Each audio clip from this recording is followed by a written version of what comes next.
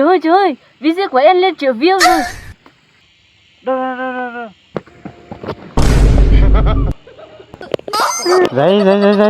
Dậy. Mà, đam mê đẹp. Gọi cái gì? Biến đi. Gọi thì mình cũng sai nên mình chịu.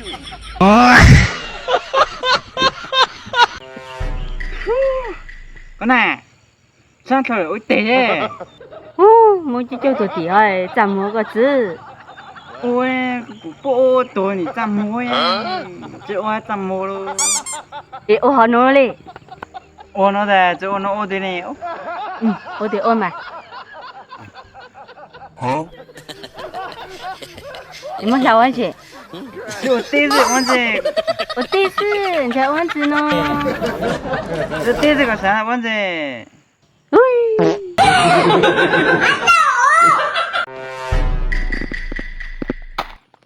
Em ơi, đồ rơi kìa. Này nhá, đừng có thấy cái sinh mà làm màu mà bắt chuyện kiểu đấy nhá. Cái đấy xưa rồi. Mẹ, nói như mày xinh lắm ấy. Ảo tưởng ít thôi. Đi ra, xây tao. Hả? Vào đây xem mày.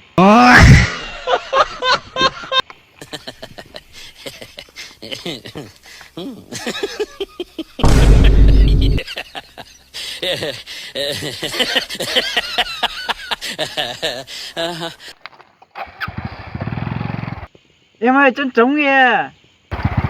Là nhà ít thôi.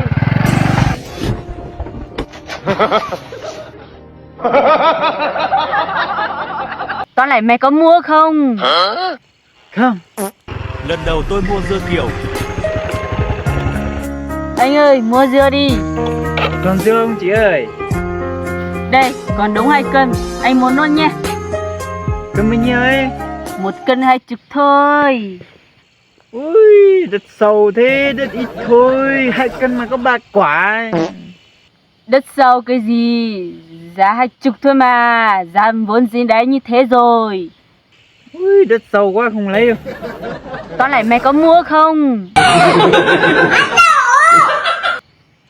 Không.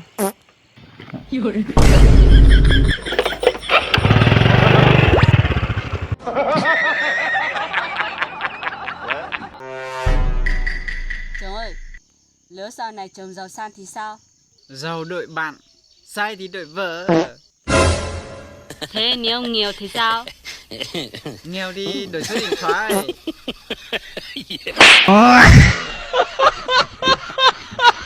Đây rồi, như vậy là vẫn còn xe đấy. Con xe đấy đi ra đường vẫn là thanh niên này. Rồi,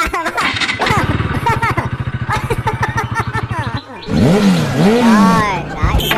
Thấy anh phát gọi điện ngay nhá. Áo chống nắng chảy bằng cơm kiều.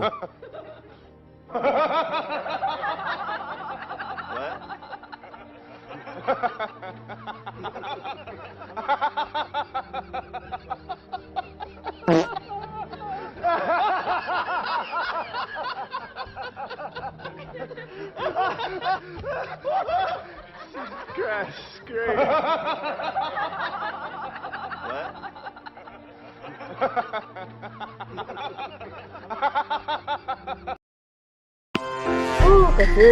Ở đây sai sai nó ta nói là怎么让这么来的，根本才让这么好。 Ngọt. Hả?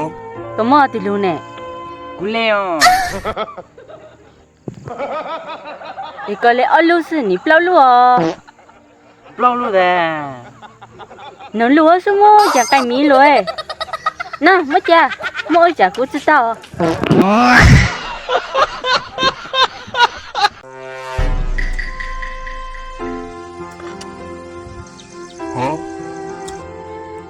Đào nhanh lên, đào như chưa ăn cân nhỉ. Anh nhìn đi, 12 giờ rồi.